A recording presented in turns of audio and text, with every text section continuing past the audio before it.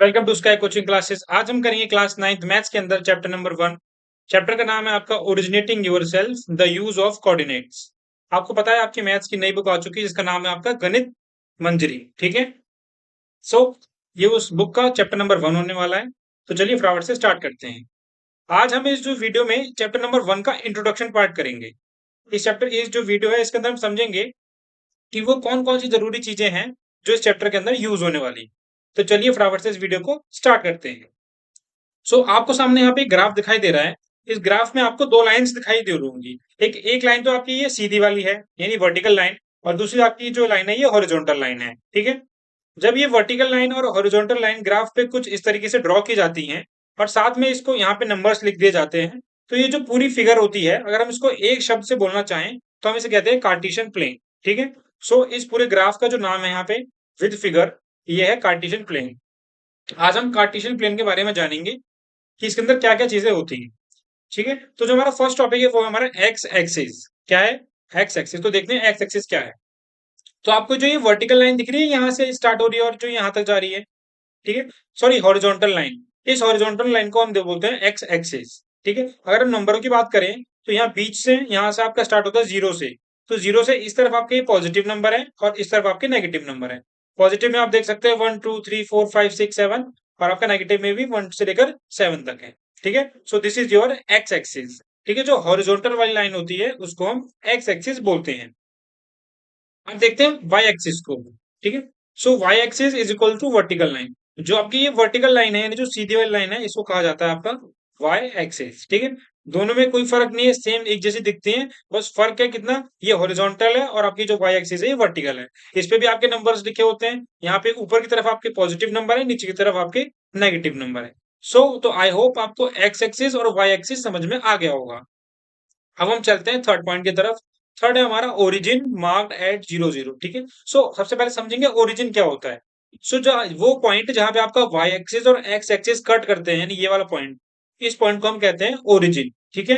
और आपको एक बात याद रखनी है कि ओरिजिन हमेशा हमारा 0 0 होता है। ये बात अभी याद रखिए, आगे मैं बताऊंगा ये क्या है। ठीक है? ओरिजिन क्या होता है हमारा 0 0। कुछ बच्चों को अभी ये समझ में नहीं आया होगा कि मैंने क्या बता दिया कि ओरिजिन 0 0। तो अगर जिनको ना समझ में आया तो वो थोड़ा सा वेट करें, मैं इस टॉपिक पे आगे आऊंगा। मैंने ये इसलिए बता दिया क्योंकि यहाँ पे लिखा हुआ था। ठीक है? सो ओरिजिन तो समझ में आ गया होगा आपको कि वाई एक्सिस और एक्स एक्सिस, यानी जो वर्टिकल वाली लाइन है और ये जो हॉरिजॉन्टल वाली लाइन है, जिस पॉइंट पे एक दूसरे को इंटरसेक्ट करती हैं, यानी जिस पॉइंट पे एक दूसरे को काटती हैं, उसे ओरिजिन कहा जाता है। डन। नेक्स्ट है हमारा क्वाड्रेंट्स। देखते हैं क्वाड्रेंट्स क्या होता है। अब देखिए, आपके सामने ये एक स्क्वायर सी शेप दिख रही है ना? यहाँ से लेकर यहाँ तक, और बीच में आपको ये 4 बॉक्सेस दिखाई दे होंगे। Box number 1, box number 2, box number 3, box number 4। ठीक है? ये 4 बॉक्सेस हमारे सामने। इन्हीं जो 4 बॉक्सेस है ना, इन्हीं को हम क्वाड्रेंट्स बोलते हैं। ठीक है? क्या कहा जाता है इनको? क्वाड्रेंट्स। आगे देखते हैं। Coordinates of a point X Y. अब हम जानेंगे कि कोऑर्डिनेट्स क्या होते हैं। ठीक है? किसी पॉइंट के कोऑर्डिनेट। सबसे पहले मैं इस ग्राफ के अंदर कोई भी एक पॉइंट लेट कर लेता हूँ। सपोज मैं करता हूँ ये पॉइंट। ठीक है? मैंने इस पॉइंट पे अपनी बिंदु लगा ली। अब हमें इसके कोऑर्डिनेट ढूंढने होंगे। कोऑर्डिनेट क्या होते हैं?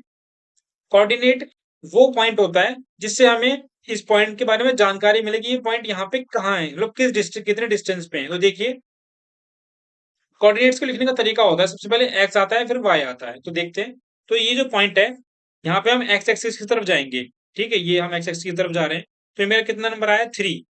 इस जो पॉइंट है मैं इसको नेम दे दूं, इसको मान लेता हूँ ए। ठीक है? क्योंकि कितना आया? 3। तो मेरा जो ये पॉइंट ए है, यहाँ लिखूंगा मैं कि मेरा जो ये पॉइंट ए है उसके कोऑर्डिनेट्स हैं। कोऑर्डिनेट्स में सबसे पहले क्या आता है? एक्स, उसके बाद आता है वाई। सबसे पहले एक्स, उसके बाद वाई। तो एक्स कितना है? 3। तो मैं लिख दूंगा यहाँ पे 3 कॉमा। अब इसी कोऑर्डिनेट में मैं यहाँ वाई की तरफ जाऊंगा। ठीक है? ये वाई एक्सिस की तरफ। वाई एक्सिस की तरफ गया तो कितना आया? -3। तो मेरा ये -3।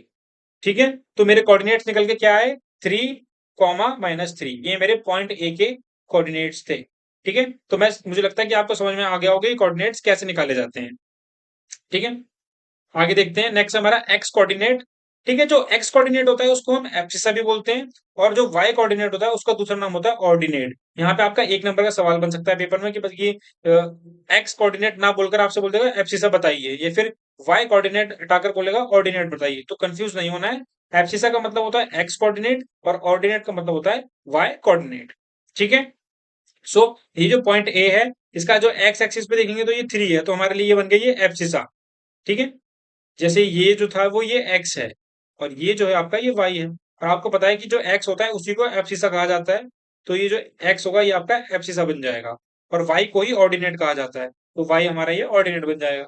डन। नेक्स्ट है हमारा क्वाड्रेंट एंड साइंस। क्वाड्रेंट्स के बारे में तो आप जान चुके हैं, ये जो 4 बॉक्स हैं 1 2 3 4, ये हमारे क्या है क्वाड्रेंट्स है। यहाँ पे लिखा हुआ है ये quadrant number 1, quadrant number 2, quadrant number 3 और क्वाड्रेंट नंबर 4, ये हमारे 4 बॉक्स हैं। अब हम जानेंगे इनके साइंस के बारे में, तो ध्यान से देखेंगे। तो क्वाड्रेंट नंबर 1, अब ये इसके जो साइंस होते हैं वो होते हैं प्लस प्लस। कैसे देखिए, ये क्वाड्रेंट नंबर 1 है, तो इसके अंदर यहाँ पे ये वाई एक्सिस है और यहाँ पे ये एक्सिस है। तो आप ध्यान से देखिए, तो ये एक्स एक्सिस पे जितने भी नंबर है सब पॉजिटिव के, और वाई एक्सिस पे जितने भी नंबर है सब पॉजिटिव के, इसलिए यहाँ पे लिखा हुआ है प्लस प्लस। ये फर्स्ट वाला जो है एक्स को शो करता है और सेकंड वाला वाई। ठीक है। अब देखते हैं क्वाड्रेंट नंबर 2। क्वाड्रेंट नंबर 2 हमारा ये रहा। अब हम सबसे पहले किसको देखेंगे, एक्स को, और फिर वाई को। तो एक्स देखेंगे, इसमें नीचे वाला ये एक्स है और ये वाला वाई। तो एक्स में देखिए आप नंबर नेगेटिव है, इसलिए यहाँ माइनस का निशान है, और वाई में जो नंबर है वो पॉजिटिव है, इसलिए यहाँ पे पॉजिटिव का निशान है। ठीक है। तो अब देखते हैं हम थर्ड क्वाड्रेंट को। ठीक है। सो आपका थर्ड क्वाड्रेंट यहाँ पे फर्स्ट सेकंड और ये थर्ड। ठीक है, कुछ इस तरीके से हमको चलना है। तो थर्ड क्वाड्रेंट के अंदर जो सबसे पहली वैल्यू होगी वो आपको पता है एक्स की होगी, दूसरी वैल्यू आपकी जो है वाई की होगी। ठीक है। सो एक्स की तरफ देखते हैं, आपका एक्स कहाँ पे, ये जो आपका ये हॉरिजॉन्टल लाइन है ये आपका ये एक्स है, और ये जो वर्टिकल लाइन है ये वाई है। तो एक्स में देखिए ये सारी जो वैल्यूज है वो नेगेटिव की हैं, और वाई के अंदर भी देखिए सारी वैल्यू नेगेटिव की हैं, इसलिए यहाँ पे माइनस माइनस का साइन दिया गया है। ठीक है। फोर्थ क्वाड्रेंट को देखते हैं। फोर्थ क्वाड्रेंट आपका ये वाला है। ठीक है, फोर्थ क्वाड्रेंट। यहाँ पे जो फर्स्ट वैल्यू होगी वो आपको पता है एक्स की होती है, सेकंड वैल्यू आपकी वाई की होती है। सो एक्स की तरफ देखेंगे। सो एक्स नंबर्स कहाँ है हमारे, ये जो हॉरिजॉन्टल लाइन है ये हमारे एक्स है, और वर्टिकल वाली वाई है। तो एक्स में जितने भी नंबर है सब पॉजिटिव है, इसलिए इसको पॉजिटिव साइन दिया गया है। और वाई में देखिए जितने भी नंबर है वो सब नेगेटिव है, तो इसको यहाँ पे नेगेटिव साइन दिया गया है। तो आई होप कि क्वाड्रेंट्स आपको क्लियर हो चुके होंगे अच्छे से, और उनके साइंस भी आपको पता चल गए होंगे। ठीक है। जो हमारा नेक्स्ट है वो है क्या है, कोऑर्डिनेट्स ऑफ ओरिजिन इज 0,0। यही मैं आपको ऊपर बताना चाह रहा था कि जो ओरिजिन होता है ना उसके जो कोऑर्डिनेट्स होते हैं वो आपके 0,0 होते हैं। कैसे होते हैं देखते हैं। सो जो आपकी फर्स्ट वैल्यू होगी वो एक्स की होगी, सेकंड वैल्यू आपकी वाई की होगी। हम ग्राफ में देखेंगे कि किस तरह जो ओरिजिन है उसके जो कोऑर्डिनेट है वो 0,0 होंगे। तो आप ग्राफ में ध्यान से देखिए, जो आपका ओरिजिन है वो यहाँ पे है ना, ये ओ, ये जो पॉइंट है यहाँ पे मैं जिस पे ये आपको दिखा रहा हूँ ये आपका ओरिजिन है। तो ओरिजिन पे जो एक्स एक्सिस है वो भी 0 है, आपके सामने यहाँ पे दिख रहा है, ये रहा 0। और वाई एक्सिस भी यहाँ पे आपका 0 ही होता है। ठीक है। तो जब भी आपको ओरिजिन के कोऑर्डिनेट्स पूछे जाए तो आपको क्या बोलेंगे कि 0 0, एक्स भी 0 और वाई भी 0। ठीक है। नेक्स्ट है हमारा coordinates of point lie on x axis. मान लीजिए कोई भी पॉइंट जब आपका एक्स एक्सिस के ऊपर आएगा, ध्यान से सुनिएगा, कोई भी पॉइंट जब आपका एक्स एक्सिस के ऊपर आता है तब आपकी एक्स की तो कोई ना कोई वैल्यू होगी, लेकिन वाई हमेशा आपका 0 रहेगा। ठीक है। दोबारा बताता हूं कि जब भी कोई पॉइंट एक्स एक्सिस के ऊपर आता है तो एक्स की कोई ना कोई वैल्यू होती है और वाई हमेशा 0 रहता है। एक बार देख भी लेते हैं। तो आपके सामने ये जो हॉरिजॉन्टल लाइन है ये आपकी एक्स एक्सिस है। कोई भी पॉइंट मान लीजिए मैं इसके ऊपर ले लेता हूँ, मैं ले लेता हूँ पॉइंट यहाँ पे, ये मैंने एक्स एक्सिस के ऊपर लिया है। ठीक है। यहाँ पे ये पॉइंट ले लिया मैंने। सो ये जो पॉइंट है इस पॉइंट का नाम मैं थोड़ा एरो खींच के यहाँ लिख लेता हूँ, इस पॉइंट का नाम है डी। ठीक है, डी इसको मैंने कंसिडर किया है। सो आपको पता है कि कोऑर्डिनेट्स लिखने से सबसे पहले एक्स की वैल्यू लिखते हैं। तो एक्स की वैल्यू कहाँ होगी, ये तो एक्स एक्सिस के खुद ऊपर ही है ना, तो एक्स की वैल्यू तो यही होगी -4। और y की वैल्यू, अब y की वैल्यू तो यहाँ पे है भी नहीं कहीं भी, क्योंकि y आपका यहाँ पे और यहाँ पे है, और इससे इसका कोई रिलेशन नहीं है, क्योंकि ना तो ये टच हो रहा है ना तो कुछ। तो जब भी आपका कोई भी पॉइंट x एक्सिस के ऊपर आता है तो x की तो वैल्यू होती है, और y हमेशा आपका 0 कंसिडर किया जाता है। ठीक है। नेक्स्ट हमारा coordinates of point lie on y axis. हमने जो ये x एक्सिस पढ़ा ये जस्ट इसका बिल्कुल अपोजिट है। ठीक है। मान लीजिए कोई भी पॉइंट, किसी भी पॉइंट का जो कोऑर्डिनेट है अगर वो y एक्सिस के ऊपर लाई करेगा तो वहां पे y की तो कोई ना कोई वैल्यू होगी, लेकिन x आपका हमेशा 0 रहेगा। ठीक है, बिल्कुल इसका उल्टा। यहाँ पे क्या था कि अगर कोई पॉइंट x एक्सिस के ऊपर है तो उसकी वैल्यू तो होगी, लेकिन y 0 होगा। और यहाँ पे क्या है कि अगर कोई पॉइंट y एक्सिस के ऊपर है तो उसकी वैल्यू होगी, लेकिन जो आपका जो x एक्सिस है वो आपका 0 होगा। ठीक है, इसको भी देख लेते हैं एक बार ग्राफ के अंदर। तो मैं y एक्सिस पर कोई भी एक पॉइंट ले लेता हूँ, मान लीजिए मैं ले लेता हूँ यहाँ पे 4। ठीक है, सो और इस पॉइंट का हम नाम रख लेते हैं ई पॉइंट। ठीक है, सो y एक्सिस पे मैंने 4 पॉइंट लिया। जब मैं इसके कोऑर्डिनेट्स लिखने जाऊंगा तो ध्यान से देखिए, सबसे पहले x वाला लिखा जाता है। तो x पे तो कुछ टच ही नहीं हो रहा है, ये 4 तो यहाँ पे 4 यहाँ पे है ना। तो जैसे ये पॉइंट था हमारा ये वाला, जब मैं इसके कोऑर्डिनेट लिखने जाता हूँ, जैसे a है, इसके कोऑर्डिनेट क्या होंगे, x में आपका यहाँ पे 3 है, यहाँ पे देखिए सीधी लाइन में जाऊंगा तो 3। ठीक है, और यहाँ पे y की तरफ जाऊंगा तो यहाँ पे है -3, तो मैं इसके कोऑर्डिनेट आसानी से लिख सकता हूँ। लेकिन यहाँ पे देखिए, ये तो डायरेक्ट हमारे y एक्सिस के ऊपर है, तो जो इसकी वैल्यू होगी वो क्या होगी देखते हैं। तो x पे तो कुछ भी नहीं है, तो x आपका 0 भर देंगे, और ये y एक्सिस के ऊपर खुद विराजमान है, तो यहाँ पे 4 हो जाएगा। तो 0,4 इसके कोऑर्डिनेट्स होंगे। ठीक है, तो आई होप, मुझे लगता है कि अच्छे से इसको आप समझ गए होंगे।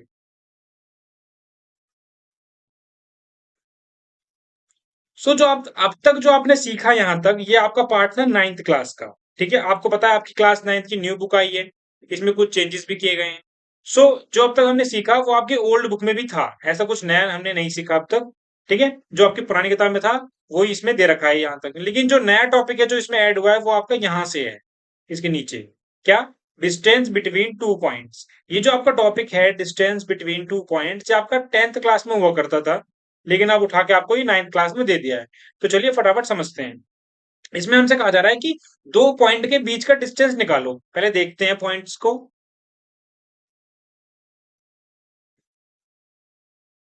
देखिए, अब कोई भी दो पॉइंट हम मान लेते हैं।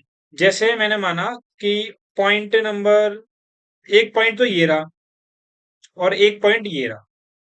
ठीक है, इनको लें या फिर दूसरों को लें, एक काम करते हैं क्योंकि ये दोनों हमारे एक्स एक्सिस वाई एक्सिस पर हैं, तो किसी और को लेकर ट्राई करते हैं। एक तो इसी को रख लेते हैं और दूसरा पॉइंट हम रख लेते हैं इसको। ठीक है, ये ए वाला पॉइंट और ये ई वाला पॉइंट, यानी ये वाला पॉइंट। ठीक है, तो मैं पेन चेंज करता हूँ। सो हमें क्या करना है, ये जो ए है, इस ए से लेकर इस ई तक की दूरी निकालनी है। ठीक है, ये ए से लेकर और ये ई जो है वो कितना दूर है, हमको ये बताना है। ठीक है, तो निकालते हैं इनके बीच का डिस्टेंस। ये आपका डिस्टेंस बिटवीन टू पॉइंट्स, यानी ए और ई पॉइंट का डिस्टेंस। तो लिख लेते हैं पहले। जो आपका ए पॉइंट है वो है 3 - 3, और आपका जो ई पॉइंट है वो है 0,4। तो लिखते हैं फटाफट इसे। सो जो इन्फॉर्मेशन दी वो मैं यहाँ लिखने वाला हूँ। सो जो आपका ए पॉइंट है वो आपका क्या है, 3, ठीक है, और आपका जो ई पॉइंट है वो है आपका 0,4। एक बार चेक कर लेते हैं क्या ये सही है। तो हाँ, ये सही है। आपका ए जो है वो 3, और ई है आपका 0,4। तो फटाफट से इनके बीच का डिस्टेंस निकालते हैं, आप देखेंगे इनके बीच की दूरी कितनी है। ठीक है, सो डिस्टेंस फॉर्मूला में जो आपका डिस्टेंस निकालने के लिए जो फॉर्मूला यूज होने वाला है वो है डिस्टेंस फॉर्मूला। क्या है वो, आपका अंडर रूट के अंदर ब्रैकेट में x2 - x1 का whole square plus y2 - y1 का होल स्क्वायर। अब आप कंफ्यूज ना हो कि x2 क्या है x1 क्या है, आराम से आप ध्यान से समझिए। ठीक है, आपके सामने a और e दो पॉइंट हैं। ये जो आपका है ना, इसको आप मान लीजिए x1, इसको मान लीजिए y1। ठीक है, x1 y1, और इसको मान लेंगे हम x2। ठीक है, x2, और ये जो हमारा 4 है, ये 4 लिखा हुआ है, इसको मान लेंगे हम y2। ठीक है, अब कुछ बच्चे सोचेंगे कि ये जो x2 है और ये y2 है, अगर हम इसको x1 और y1 मान लें, और x1 और y1 को x2 या y2 मान लें, यानी मतलब इनकी पोजीशन हम चेंज कर दें, तो क्या हमारा आंसर में कोई फर्क पड़ेगा?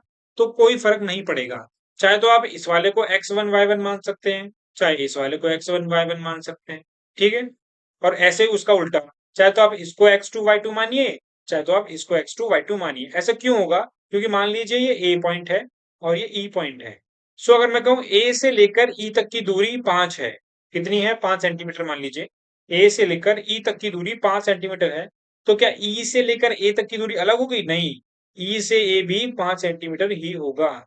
इसलिए आप यहाँ पे अगर x को x1 को x2 और x2 को x1 लिखते हैं तो कोई फर्क नहीं होगा, यहाँ पे वैल्यू आप चेंज कर सकते हैं। तो फटाफट से हम इसको सॉल्व करेंगे। ठीक है, सो सबसे पहले आप अंडर रूट लिख लीजिएगा। देखिए, फॉर्मूला है आपका x2 - x1, तो x2 आपका कितना है, 0, तो यहाँ लिखेंगे हम 0 माइनस और x1 है आपका 3, तो यहाँ लिख दीजिए 3 और ब्रैकेट क्लोज करके यहाँ पे स्क्वायर लगा दीजिए प्लस y2 माइनस y1 कितना है 4, तो यहाँ लिखेंगे हम 4 और y1 कितना है y1 है आपका माइनस का 3, तो ब्रैकेट लगाइए माइनस 3 लिखिए ब्रैकेट क्लोज कीजिए और ये बड़ा ब्रैकेट लगाइए क्योंकि ये मैंने ब्रैकेट क्यों लगाया क्योंकि यहाँ पे आमने सामने साइन आ रहे थे इसीलिए। और थोड़ा सा हम इसको बड़ा कर लेते हैं और इसका भी स्क्वायर लगा देते हैं। अब सॉल्व करेंगे, सॉल्व करने में सबसे पहले आपको माइनस करना पड़ेगा। सो 0 में से 3 गए, आपका माइनस का 3 ये बचने वाला है, माइनस के 3 का स्क्वायर प्लस इसको सॉल्व करेंगे, ब्रैकेट में आपका 4 है, ये माइनस और ये माइनस, माइनस माइनस प्लस हो जाता है, 3 एज इट इज, ठीक है, रूट ऐसे चलेगा, -3 का आपको यहाँ स्क्वायर करना है। स्क्वायर का मतलब आप बहुत बच्चे जानते होंगे, नहीं जानते तो समझा देते हैं, यानी उसी डिजिट को उसी से मल्टीप्लाई करना है। सो माइनस से माइनस कैंसिल और 3 3 जा 9, सो यहाँ पे 9 आ चुका है और यहाँ पे 4 यहाँ पे स्क्वायर लगाइए, 4 और 3 यहाँ पे आपका 7 हो चुका है, ठीक है, यहीं पे सॉल्व कर लेते हैं इसको, 4 और 3 7 और 7 का स्क्वायर कितना हो गया आपका, 7 का स्क्वायर कैसे करेंगे, 7 इंटू 7, 7 7 जा 49, ठीक है, तो दोबारा देखिए 4 4 में 3 जोड़ा 7 आया, 7 का स्क्वायर कर दीजिए, आपका आया 49, तो यहाँ रखेंगे हम 49, ठीक है, 49 और 10 को फटाफट यहाँ वो 49 और 9 को हम यहाँ ऐड कर देंगे, हमारा आंसर कितना आएगा 58। सो हमारा आंसर है रूट के अंदर 58। इसको हमें क्या करना पड़ेगा, रूट से बाहर निकालना पड़ेगा, निकालते हैं इसको रूट से बाहर। सो इसको रूट से बाहर निकालने के लिए हम इसकी प्राइम फैक्टराइजेशन करेंगे, करते हैं फटाफट। सो 58 अंदर रहेगा, यहाँ पे करते हैं, 2 2 जा 4, लेकिन ये तो 5 है, यहाँ 1 कैरी दीजिए, 2 9 जा 18, ठीक है, और ये आपका यहीं खत्म हो गया शुरू होने से पहले, 29 1 जा 29, तो आपका आंसर कितना आया 2 और 29। अब देखिए, अब आपको पता है कैसे निकालते हैं इसको, ये अंडर रूट ऐसे लिखेंगे, यहाँ पे रूट के अंदर क्या था 58, जब मैंने 58 का प्राइम फैक्टराइजेशन किया मेरा आंसर आया 2 और 29, मैं यहाँ लिखूंगा 2 मल्टीप्लाई 29। अब आपको पता है कि रूट से बाहर निकालने के लिए आपको यहाँ पे पेयर बनाने पड़ते हैं, यानी जोड़े बनाने पड़ते हैं, लेकिन यहाँ पे किसी का भी पेयर नहीं बन रहा है, तो आप क्या करेंगे, इसको एज इट इज अंदर ही रहने देंगे और अंदर ही दोबारा मल्टीप्लाई हो जाएंगे, तो आपका आंसर आएगा 58। तो पॉइंट ए से लेकर और ई तक की जो दूरी थी वो थी रूट 58, ठीक है। बस फर्क क्या है यहाँ पे, अगर आप यहाँ पे एक आपको मैं एग्जांपल दिखाता हूँ, ठीक है, आप सपोज कीजिए कि यहाँ पे कुछ इस तरीके से इसकी प्राइम फैक्टराइजेशन आती 2 2 2 मल्टीप्लाई और मान लीजिए यहाँ पे 19 है, तो किस किस के पेयर बन रहे हैं, इसका पेयर बन गया, इसका पेयर बन गया, लेकिन 19 का पेयर नहीं बना। तो जब पेयर बन जाते हैं तो ये बाहर आ गए, ठीक है, 2 और 2 दो बार थे, एक बार बाहर आएगा, याद रखना, फिर मल्टीप्लाई का निशान लगाएंगे, 2 और 2 दो बार है, पेयर बन गया, एक बार बाहर आ गया, और रूट के अंदर क्या रह गया 19, और 2 2 जा 4 और अंडर रूट 19, तो 4 रूट 19। तो मैंने आपको ये एक एग्जांपल दिया है कि अगर कभी भी आपका इस तरीके से आए तो कैसे करना है, ठीक है। वैसे इसका जो आंसर है वो आपका अंडर रूट के अंदर 58 ही है, ठीक है। ये सिर्फ एग्जांपल था कि मान लीजिए कि रूट के अंदर आपका अगर आता है 2 2 या फिर 5 5 3 3, यानी पेयर्स के अंदर अगर आपका आंसर आता है तो आप कैसे सॉल्व करेंगे, कुछ नहीं करना है, आपको उनका जोड़ा बनाना है, यानी पेयर बनाना है, ठीक है, पेयर बनानी है इनका। पेयर बनाने के बाद जो चीज दो बार होगी अंदर, वो एक सिर्फ सिंगल बार बाहर आएगी, ठीक है, यहाँ पे दो बार था तो सिर्फ एक बार बाहर आया, और जो जिसका पेयर नहीं बनेगा वो रूट के अंदर रह जाएगा, जैसे 19, फिर जो बाहर आ गए उसके आपस में मल्टीप्लाई करवा दीजिए, 2 2 जा 4 बन गया और आपका आंसर आएगा 4 रूट 19। तो आई होप, मुझे लगता है कि आपको यहाँ पे ये आ गया होगा कि किस तरह दो पॉइंट्स के बीच का डिस्टेंस निकाला जाता है। सो ये था आपका चैप्टर नंबर 1 का इंट्रोडक्शन, ठीक है। सो इसकी जो एक्सरसाइज होंगी वो हम उसकी नेक्स्ट वीडियो में करेंगे। इस इंट्रोडक्शन को समझने में आपको कहीं भी कोई भी दिक्कत समस्या परेशानी आई हो तो आपके लिए कमेंट बॉक्स खाली है, वहां पे आप पूछ सकते हैं, ठीक है। मिलेंगे अगली वीडियो में जल्दी, तब तक के लिए धन्यवाद।